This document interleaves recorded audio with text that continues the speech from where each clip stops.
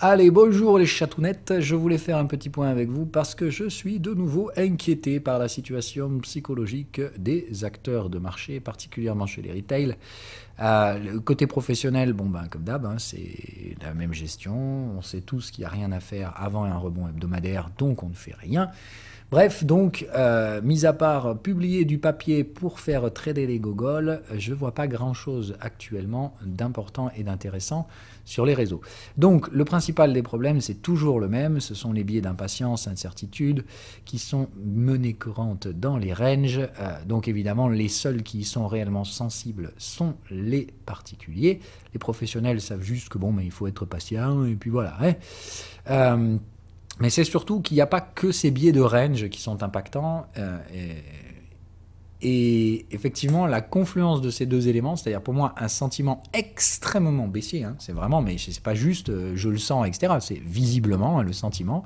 La dernière fois qu'on a connu autant d'accord, de maintien dans des zones aussi peureuses, c'était Covid, d'accord, donc mars 2020. Donc là, très très très inquiétant. On le voit, c'est pareil pour Wall Street, donc c'est les mêmes sentiments horriblissimes, sauf que ça rebondit déjà à Wall Street, c'est toujours pas le cas encore côté crypto, alors que normalement les cryptos ayant subi la baisse plus vite que Wall Street, beaucoup plus en amont, nous notre sommet a été fait largement avant les ATH de Wall Street. Pourquoi, encore une fois, les cryptos rebondiraient pas avant? Donc, moi, c'était toujours le sentiment que j'ai eu. Bon, maintenant, on s'est mangé Terra, ça n'a pas franchement aidé l'écosystème. Mais en plus de ça, je voulais faire un point ce matin donc, sur les biais tendanciels. Parce que, donc, les biais dans le range, tout le monde connaît, d'accord? On est dans la range, il n'y a aucun doute là-dessus. Le range risque de s'étaler jusqu'à l'hebdomadaire. On le saura à la fin du trimestre, mais encore une fois, il faut attendre les clôtures, parce que si on remonte clôturer tout ce bordel à 50 000 avant le mois de juin, à la fin du mois de juin, il n'y aura pas de retournement de contexte. Je ne vais pas vous mentir, je parie encore que c'est très largement ce qui risque d'arriver, mais bon, pour l'instant, j'ai tort, donc je préfère pas trop étaler ma grande gueule. Donc, restons rationnels. Dans tous les cas, c'est un range. Okay, maintenant, pour moi, c'est clairement pas juste un range neutre comme ça. C'est un range au sein d'une tendance haussière. On a déjà la troisième borne. Elle est en plus de ça ascendante. Donc, autrement dit, normalement, la probabilité de voir un retour au support est très faible, mais surtout la probabilité de voir casser ce support est probablement proche de zéro. Et pourtant, c'est fait. Donc, c'est clair que je suis encore ici pas mis en échec parce que ce qui m'interpelle souvent, c'est, je vois des gens qui veulent la boule de cristal, quoi. Il va exactement se passer ça, le bottom va être là, etc. Non. Bon, moi, dans une tendance haussière, de ce que je peux vous dire, dont je suis relativement sûr et prêt à poser mes couilles sur la table pour, c'est de dire la valeur monte, parce que c'est ce que je vois. On va s'écarter des moyennes, alors que là, on y est pratiquement. C'est quand même le but d'une tendance haussière, de s'écarter des moyennes. Donc, je nous trouve très proche des moyennes pour une tendance haussière. Donc, soit c'est que je me suis planté, et encore une fois, la statistique ne permet pas de prédire l'avenir. Elle me dit juste que, de façon très largement statistiquement significative, la valeur monte et les prix devraient donc monter également. Et donc s'écarter des moyennes plus que de s'en rapprocher. Par contre, oui, ça ne me dit pas non plus, attention, on ne va pas baisser. Ça me dit juste, je ne ferai jamais ce pari-là d'un point de vue gestion du risque, peu importe l'actif qui m'est présenté devant. Quand j'ai un actif comme ça, qui vient de réaliser un breakout multi-time frame, je m'en balais que je vais le trader à l'achat. Donc ce range, on en sortira plus probablement par le haut. La question étant donc, puisqu'on a des ranges au sein de tendance, il est peut-être grand temps de parler de la psychologie des tendances et des biais de tendance. Parce que ça fait partie de la formation. Mais le truc, c'est que je me suis arrêté sur cet épisode-là l'année dernière dans les enregistrements. Je vais les reprendre cette année. Donc, en soi, le cours était prêt. J'avais déjà les PowerPoint et tout pour ça. Je ne vous l'avais juste pas enregistré. Donc on va faire un petit point. On en a déjà reparlé dans des live rooms aussi, mais je vais le refaire ici dans cette vidéo parce qu'il me semble que c'est hyper important pour votre compréhension de ce qui se passe actuellement dans cet environnement crypto actuel. Donc les biais de tendance, c'est en plus, d'accord, c'est-à-dire dans un range au sein d'une tendance, il y a le biais de range, donc l'incertitude et l'impatience, bon ça tout le monde l'avait capté, mais il y a un autre biais qui arrive par rapport à la perception des tendances. C'est-à-dire que ceux qui tradent ces tendances vont avoir des biais cognitifs qui vont altérer leur perception et leur perception du risque réel de ces marchés. Autrement dit, si vous regardez vos indicateurs, ça c'est une tendance haussière. Jamais vous arriveriez à vous convaincre que ça va aller plus bas ou je sais pas quelle connerie. Mais il y a des biais cognitifs associés à 3 groupes de personnes qui vont se convaincre de l'inverse. C'est-à-dire qu'ils ont déjà vu ces contextes-là, ils savent clairement que ça fonctionne plutôt comme ça, etc. Et pourtant, quand ça va se produire en temps réel, le cerveau va les convaincre de l'inverse. Et ça, c'est quand même assez dangereux. C'est-à-dire que, objectivement parlant, ta stratégie te dit que ton contexte c'est ça et que ta zone spéculative elle se trouve donc ici, mais toi tu vas te convaincre que non, ça va être un petit peu plus bas parce que là j'ai l'impression que le marché est sous un sentiment très baissier. Bref, exactement ce qu'on connaît actuellement. Donc, il est temps, à mon avis, qu'on fasse le point sur ces biais tendanciels. Donc, déjà, un biais tendanciel, ça se produit dans une tendance. Donc ici, on a une tendance. Les biais tendanciels ne se produisent pas dans les bulles, d'accord? Dans une bulle spéculative, quand ça monte to the moon parabolico avec aucun travail de prix et des contextes qui se font arracher dans tous les sens, ça c'est une bulle spéculative, ça n'a rien à voir. Là, effectivement, le sentiment spéculatif est hyper important puisque c'est ça qui alimente le momentum. Autrement dit, on achète parce qu'on pense qu'il y en a d'autres qui vont acheter plus cher, donc autant que j'achète moins cher et puis je pourrais leur revendre plus cher et faire un profit. Bon, ça, c'est le mécanisme psychologique de la bulle. Rien à voir. Mais dans une tendance, tout le monde a une perception légèrement altérée. Donc, tout le monde a un biais de tendance naturel présent chez eux. Plus ou moins fort, mais personne n'est neutre de base. Quand on se confronte aux tendances en apprenant le trading, vous êtes forcément dans une des trois catégories. Ces trois catégories sont simples, biais haussier, biais baissier et biais contrarien. Donc le biais contrarien à surtout pas mélanger avec le biais baissier, puisque donc quand même la plupart des marchés sont en tendance haussière la plupart du temps, ou en tout cas c'est ceux-là qu'on va travailler le plus, puisque c'est là qu'il y a de l'argent à faire. Donc c'est bien de comprendre que dans des marchés construits pour être en tendance haussière, ou en tout cas le plus souvent dans les tendances haussières, ceux qui ont des biais baissiers, ça commence mal. Ça veut dire que déjà là, il faut se poser la question de qu'est-ce que vous foutez dans les marchés qui sont faits pour monter, d'accord ? Alors que vous aurez constamment la perception baissière. Donc moi je dis souvent ceux qui ont des vrais biais baissiers, donc les permabères, ceux qui sont tout le temps négatifs, c'est incroyable. Il y en a, ça fait 10 ans qu'ils veulent que les marchés baissent, c'est quand même incroyable. Et qui cherchent de bonnes raisons, et souvent des raisons assez rationnelles d'ailleurs, pour que ça baisse, alors que bon, concrètement, ça monte. Il y a une tendance, tu la fermes et tu laisses monter les marchés. Donc, ceux qui ont vraiment des biais baissiers, donc là, je ne parle pas des analystes contrariens, etc., je parle vraiment des biais baissiers, des gens qui sont systématiquement négatifs, ça doit baisser, le marché c'est n'importe quoi, et voilà. Donc ça, c'est dangereux, mais posez-vous la question, est-ce que ces gens-là devraient juste trader ? Je pense que de base, ces gens-là, au mieux, il faut qu'ils soient analystes, contrariens, c'est-à-dire toujours baissiers dans des tendances haussières, ou à ce niveau-là, peut-être, à mon avis, arrêter le trading, ou alors si vous voulez réellement trader avec un biais baissier, je pense qu'il faut vraiment aller consulter un psychologue et faire l'analyse de votre rapport à l'argent. C'est généralement ce que j'ai pu constater personnellement, sans juger non plus ces gens-là, c'est qu'ils ont un rapport à l'argent très nocif, très atypique, et évidemment, donc ça altère clairement leur jugement des niveaux de valorisation qu'on peut avoir dans les actions ou dans les indices ou n'importe quoi. Bref, ils ont clairement une vision baissière d'un marché qui monte, et ça, à mon avis, c'est l'enfer. Typique du trading contre tendance, ça monte et les gars vendent à chaque fois, enfin incroyable, le meilleur moyen de finir ruiné. Le biais contrarien, donc, est souvent malheureusement associé à un biais baissier. Dieu sait que celui-là, j'en ai mangé. En 10 ans de carrière, au début, quand j'ai appris le trading intraday, j'étais le permabère, toujours contre tendance, etc. Non, j'étais juste contrarien, donc c'est différent. C'est-à-dire, le problème du contrarien, c'est qu'effectivement, dans une tendance haussière, il va avoir tendance à rechercher les hedges, etc.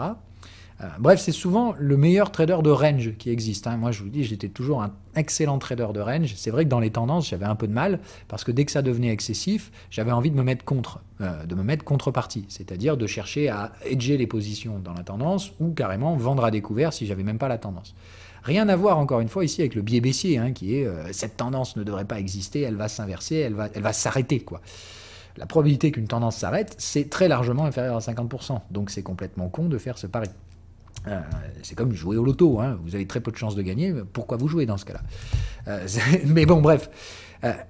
Revenons là-dessus. Donc, le biais contrarien n'a rien à voir. Le biais contrarien, c'est juste de dire, dès qu'on est dans des tendances, qu'elles soient haussières ou baissières, dès que la structure devient excessive, le trader contrarien va avoir un sentiment de « c'est pas normal, il faut que je corrige, il faut que je ramène à la normale, ça va revenir, etc. » Parce que l'aisance qu'ont ces traders dans les ranges fait qu'ils aiment revenir dans des situations dans lesquelles ils sont plutôt doués. Et effectivement, une tendance, si on en fait partie et qu'elle devient excessive, le trader contrarien, généralement, va déclencher ses prises de profit un petit peu trop vite ou entrer en stratégie de hedging, etc., beaucoup trop rapidement. L'autre problème, c'est que ce trader-là, confronté à des excès dans le sens de la tendance, va derrière, dans la phase de range, se persuader que l'excès haussier va être contrecarré par un excès baissier. Autrement dit, ici, et il y en a beaucoup qui sont contrariens sur le Bitcoin, sont ceux qui vont dire ça, c'est vraiment monté trop fort, hein, on aurait dû s'arrêter à 45 000, etc. J'étais aussi de cet avis, hein, que normalement on devait ranger à partir de 45 000. Donc on a fait des excès haussiers. Mais moi, je sais que j'avais un biais de base contrarien, donc je connais ces mécanismes et je ne les laisse pas m'influer. Je sais que derrière, ce n'est pas pour autant que je vais anticiper la volatilité baissière, de me dire on a fait un excès haussier, donc on va faire un excès baissier. Il y a malheureusement pas mal de cas de figure dans lesquels ça se produit quand même. Mais d'un point de vue statistique, je sais que ce n'est pas statistiquement significatif. Autrement dit, un excès haussier ne conditionne pas un excès baissier. Je le sais. Par contre, je ne le savais pas à l'époque et j'en subissais donc les conséquences. Pour moi, c'était nécessairement, clairement obligatoire. Un excès haussier serait corrigé par un excès baissier. Donc dès que j'avais subi des excès haussiers, je tentais de lutter contre ces derniers et surtout derrière je savais que je récupérais mes profits plus bas et que j'achèterais plus bas. J'avais cette perception comme étant légitime et statistiquement significative, alors que je peux vous le dire, ce n'est pas le cas, c'est complètement faux. C'est une pure illusion de l'esprit d'un biais contrarien. L'excès haussier ne conditionne pas du tout d'excès baissier et surtout dans les tendances haussières, les excès haussiers sont monnaie courante. C'est vraiment la norme. Vous aurez beaucoup plus souvent des excès haussiers que des excès baissiers dans une tendance haussière parce que c'est la base d'une tendance. Vous n'êtes pas confronté à des ranges neutres, vous êtes confronté à des ranges au sein de tendances. Donc ils ont une composante tendancielle qu'il ne faut pas du tout annihiler. Okay, ça veut juste dire attention à ces biais, parce que je pense qu'ils sont clairement à l'œuvre en ce moment, chez beaucoup d'entre vous. C'est de dire, ces biais contrariens que beaucoup d'entre vous ont, vous laissent à penser qu'on est peut-être monté un peu trop vite, etc. Et qu'effectivement, le narratif de la Fed qui resserre, etc., c'est peut-être qu'on va avoir un excès baissier à 20 000, et puis je pourrais dans ce cas-là acheter très bien. Bon, je pense encore une fois que c'est hyper dangereux. Dans une tendance haussière, on statue absolument pas de la cassure des supports. Quand on a un range mature, normalement, on achète clairement le bas de range très vite. Et quand en plus de ça, la structure de la troisième borne est carrément en débordement de la première, normalement, quand vous avez ce genre de truc, moi, j'ai pas peur de le dire, je paye toujours le canal de tendance. C'est là que se trouve la gestion du risque statistique, de la stratégie. Okay, on était survendu sur ces zones. Normalement, ça repartait à l'achat, d'un point de vue très largement statistiquement significatif. Par contre, comme je vous le dis, il y a une gestion du risque. C'est-à-dire qu'ici, la taille du stop-loss, c'est le canal de tendance. Donc, quand on prend ces stratégies en tendance, on a un stop-loss à 10 000 $. Ça veut dire effectivement, j'aurais peut-être pu acheter 10 000 $ moins cher. Mais d'un point de vue rationnel, est-ce que c'est statistiquement viable à appliquer dans une tendance, ce type de stratégie? Il y a eu un excès haussier, donc il va y avoir des excès baissiers. Ou l'autre argument, les cryptos sont volatiles, donc parions sur la volatilité. Je pense encore une fois que c'est dangereux. C'est des gens qui utilisent l'histoire pour prédire l'avenir. Les cryptos ont toujours été volatiles, la volatilité dans les cryptos c'est la norme, etc. Non, le contexte a changé. La volatilité des cryptos, elle était due à son schéma de bulle puis crack qui se organisait autour des cycles de halving. Aujourd'hui, c'est pas du tout le cas. Ça, c'est pas du tout la structure d'une bulle spéculative, c'est la structure d'un breakout multi-time frame. Donc, il va falloir encore une fois se poser la question, est-ce que concrètement, on doit étudier Bitcoin par son passé pour prédire son avenir? Est-ce que ce qui s'est passé conditionne l'explosion de la volatilité, etc. Ou est-ce qu'ici, on a juste un facteur externe, Terra Luna, qui vient foutre la merde? Et on est simplement sur des biais spéculatifs et de la manipulation de sentiments, dans une ambiance qui, évidemment, favorise ces sentiments baissiers. Je pense que c'est extrêmement inquiétant de voir la plupart des biais contrariens aujourd'hui se persuader que c'est la norme. Un biais contrarien ne veut pas dire, encore une fois, que vous n'aurez pas raison. Ça veut juste dire que votre perception des risques est nécessairement altérée et elle est donc fausse, elle est complètement faussée. Votre perception des statistiques n'a rien à voir avec la réalité. Vous pensez que ce qui s'est produit sur le Bitcoin, c'est normal. Je vous le dis, d'un point de vue statistique, je vous invite à ne pas reproduire ces paris à l'avenir. D'un point de vue statistique, la plupart du temps, ce genre de marché, ça repart sans problème, et même largement avant les 40 000. Donc faire très très attention à ça. Ça a marché sur ce coup-là, le biais contrarien, de l'excès haussier corrigé par un excès baissier, ça produit donc ces espèces de merde en porte-voix, mais ça, c'est pas la norme du tout dans une tendance haussière. Ça arrive, et dans ce cas-là, on le prend en compte dans sa gestion du risque, avec donc des invalidations larges, des stop-loss larges. On évite de trop se positionner en marge. Mais moi, les gens qui continuent maintenant de faire ces paris baissiers, disant que maintenant qu'on a enculé les 40 000, on n'arrivera jamais à les reprendre, et puis on va aller enculer jusqu'à 20 000, comme ça on aura l'overlap, etc. Mais vous vous rendez compte de ces C'est dans une tendance haussière, vous faites le pari qu'on va revenir à la moyenne? Normalement, non, hein, on ne revient pas à la moyenne. Dans une tendance haussière, le but, c'est de s'écarter des moyennes. Donc moi, je nous trouve surtout très très proche des moyennes. La clôture de cette dernière se fera à la fin du trimestre, et je pense sérieusement qu'à la fin du trimestre, on sera très loin des zones de prix actuelles. Mais bon, c'est encore une fois ma spéculation. Pour l'instant, on ne va pas se mentir, la plupart des gens arrivent à se convaincre de ça dû à la combinaison pour moi de deux facteurs psychologiques. Ceux des ranges de base, puisqu'on est bien donc dans des ranges, donc incertitude, impatience. Vous voulez maîtriser les timings. Moi, je vous dis, je sais que c'est en hebdo maintenant que la gestion du risque se fait. Donc, franchement, je regarde les marchés une fois par jour et je vois tout le temps la même chose, jour après jour. Donc, ce qui m'intéresse, ce sont les clôtures hebdomadaires. Tant que j'ai pas de reprise hebdomadaire, je fais plus rien. Hein, voilà.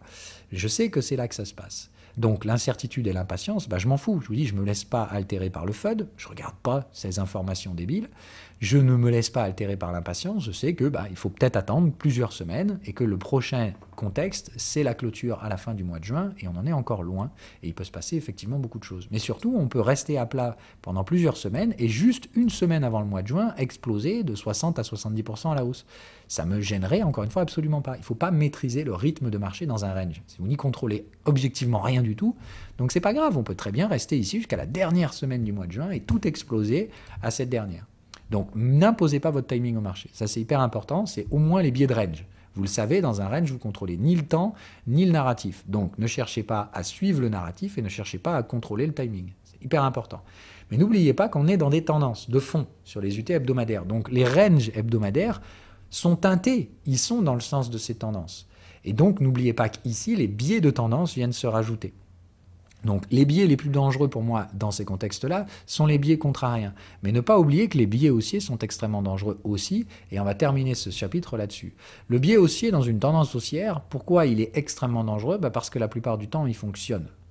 C'est-à-dire que comme il y a une tendance haussière, votre perception altérée, c'est-à-dire que vous allez voir la tendance encore plus haussière qu'elle ne l'est. C'est vraiment... voilà. Ça va conditionner généralement ici un excès de confiance, surdimensionnement de l'ego, etc. Ce qui fait qu'à mon avis, là, en ce moment, vous êtes en désillusion totale. Le principal problème de ces gens-là, qui ont donc tradé les tendances haussières avec des biais haussiers, c'est que là, actuellement, vous devez avoir... vous devez être en train d'essayer de vous... Enfin, vous devez être au bord du précipice, quoi. C'est dire, si ça perd $2000 de plus, je me suicide, ou je sais pas quoi. Enfin bref... Le problème de ces gens-là, c'est qu'ils personnalisent la tendance. C'est-à-dire vous allez avoir un lien émotionnel lié à votre ego par rapport à cette tendance. Et ça, c'est extrêmement dangereux.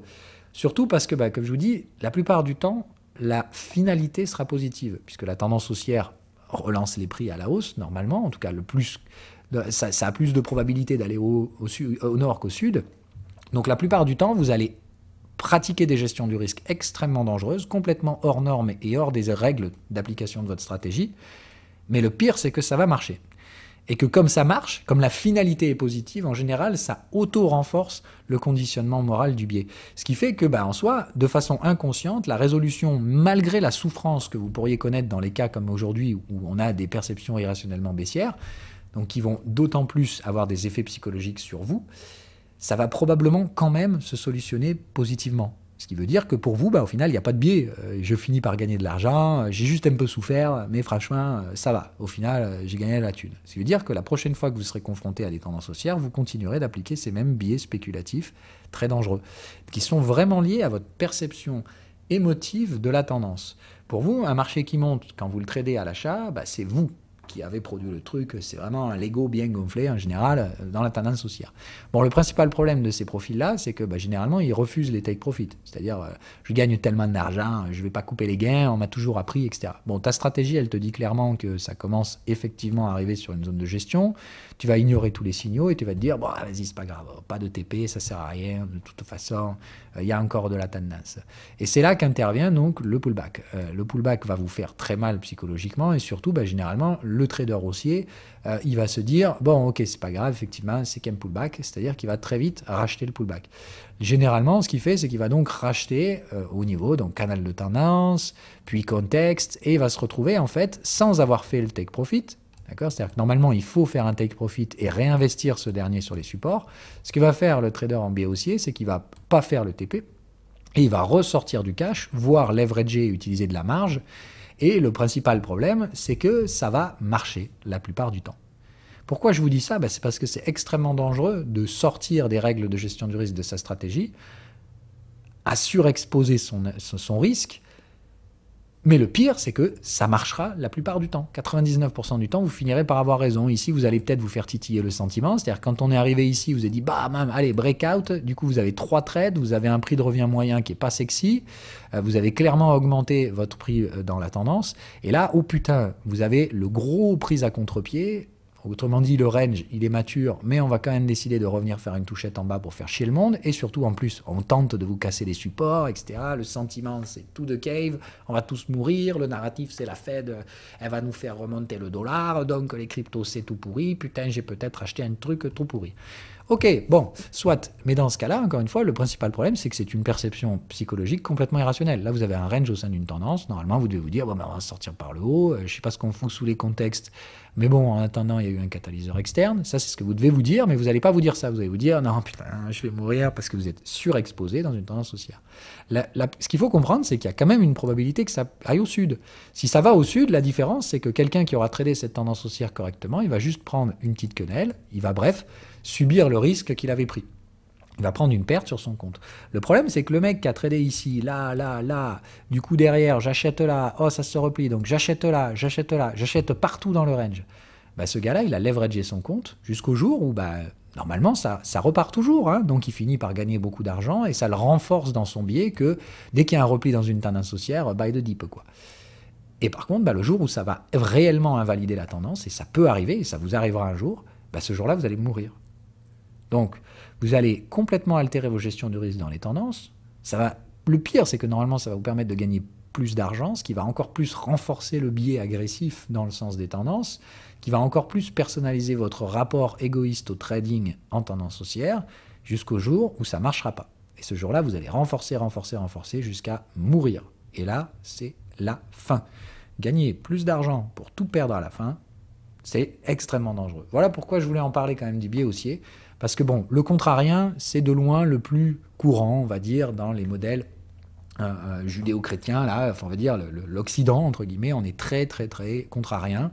Parce qu'on a été éduqué comme ça, le bien, le mal, ceci, cela, l'enfer, le paradis. Il faut tout classer, bien, pas bien, noir, blanc, etc. Il dit, ça pose effectivement pas mal de soucis quand il faut voir le marché sous terme de nuances et de statistiques. Concrètement, ce que vous avez devant le graphique, c'est un pullback dans une tendance multi-time frame. Il y en aura plusieurs. Ils peuvent prendre différentes formes, différentes natures. Ils peuvent être un peu casse-couilles, comme c'est le cas actuellement, mais ça reste des pullbacks au sein des tendances haussières. Ça ne garantit pas le fait que de toute façon, on ne peut pas baisser un peu plus, mais ça garantit que normalement, la valeur monte et qu'on va plutôt s'écarter des moyennes plus que de s'en rapprocher. Donc, voilà ce que ça vous dit.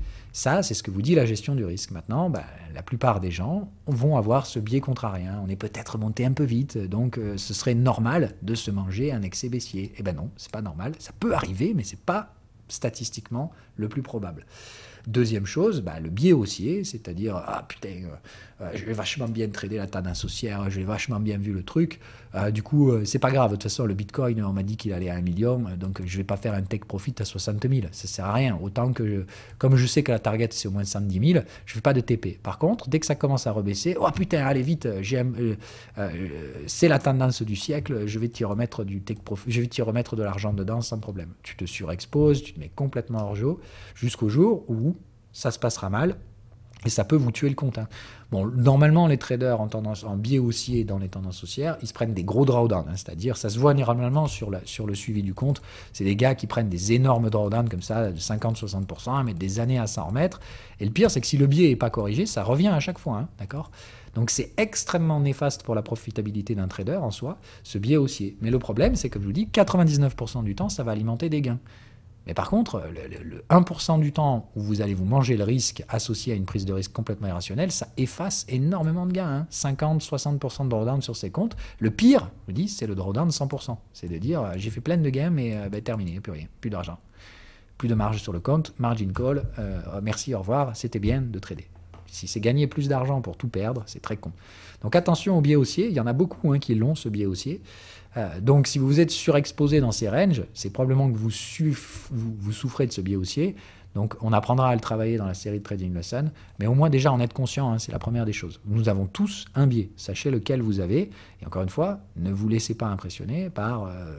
si vous tradez de façon irrationnellement baissière dans ces tendances haussières, c'est probablement que vous avez un biais contrarien plus qu'un biais baissier. Hein, sauf pour ceux qui, comme je vous le dis, voient tous les marchés qui montent comme des trucs irrationnels, de la super spéculation, les marchés c'est malsain, l'argent c'est sale. Voilà, tout ça, c'est le vrai thématique de la psychologie du biais baissier. Et là, encore une fois, posez-vous la question de ce que vous faites dans le trading. Parce que si vous êtes là pour faire baisser des marchés qui montent, peut-être que vous devriez plutôt voir un psychologue. Voilà, donc restons là-dessus. La plupart des biais, donc contrariens ou haussiers. Le biais contrarien va vous inciter à penser que le sentiment baissier n'est que la réciproque d'un sentiment beaucoup trop haussier en début d'année, suite au breakout, et alors que la statistique vous dit que ce sentiment extrêmement haussier qu'on a connu l'année dernière est tout à fait normal, puisque nous sommes dans des fucking tendances haussières. Donc il était normal qu'on ait un sentiment hyper bullish, il était normal qu'on ait des replis spéculatifs, des travails de prix dans ce truc-là. Il n'était pas statistiquement viable de parier sur le fait que le range serait extrêmement volatile parce qu'on avait été excessif à la hausse, donc on allait être excessif à la baisse. Ceci est dû à votre perception irrationnelle des risques dans ces ranges au sein de tendance. Vous avez clairement un biais contrarien. C'est monté tellement vite et de façon tellement irrationnelle pour vous que c'est normal qu'il y ait la contrepartie à la baisse, alors que c'est pas du tout le cas. Et pour les biais haussiers, encore une fois, vous vous êtes probablement surexposé, donc vous souffrez aujourd'hui d'une occurrence statistique un petit peu plus rare, qui est qu'on va vous pousser dans vos retranchements. Vous avez probablement pris beaucoup plus de levier qu'il le faudrait, donc on va vous faire bien transpirer. Retenez que ça va probablement quand même bien se passer, mais que si vous continuez d'appliquer ce biais à moyen long terme dans votre stratégie de trading, un jour ou l'autre, il va vous coûter très très cher si ce n'est pas l'intégralité de votre compte. Voilà tout ce que j'avais à vous dire pour les biais de tendance. Allez, bonne journée!